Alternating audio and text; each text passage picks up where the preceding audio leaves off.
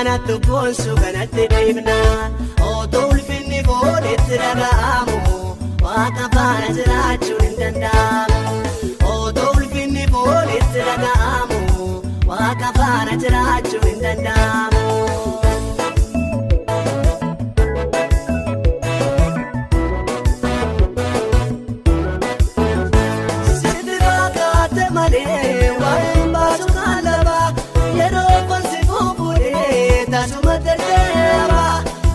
Maleen bareedduu naadati waan fooni jireenya bara bara Yesuus kabajuu fooni. Gooftaa maleen bareedduu naadati waan fooni jireenya bara bara Yesuus kabajuu fooni. Meekoota mee maal ofuura deemna akkanatti boonsu kanatti deemna otoo ulfinni boodetti dhaga'amu waaqa faana jiraachuun hin danda'amu. Boodetti dhaga'amu waaqa faana jiraachuun hin danda'amu.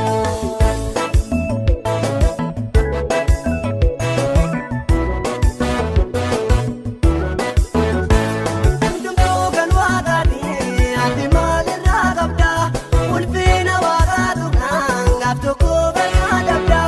Gooftaa malee milkaa'u ulfinni har'aa borii boru ol qabamuu feenaan gajjiriisa raafarii.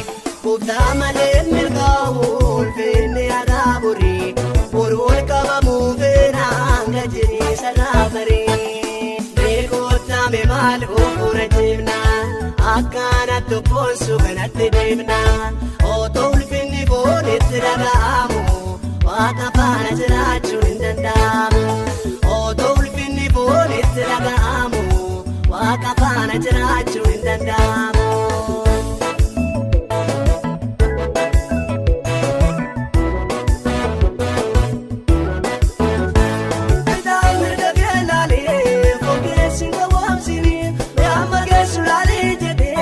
Garmalee ol silaachine gaafachi guftee jabdee sabiinkee afaan qabu harkaan waaqaan gatamnaan harkee namaan sin qabu.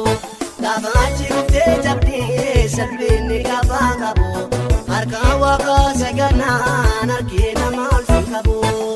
Meekoota mee maal ofuura deemna akkanatti boonsu kanatti deemna otoo ulfinni boodetti dhaga'amu waaqa faana jiraachuun hin danda'amu. Otoo ulfinni boodetti dhaga'amu waaqa faana jiraachuu hin danda'amu.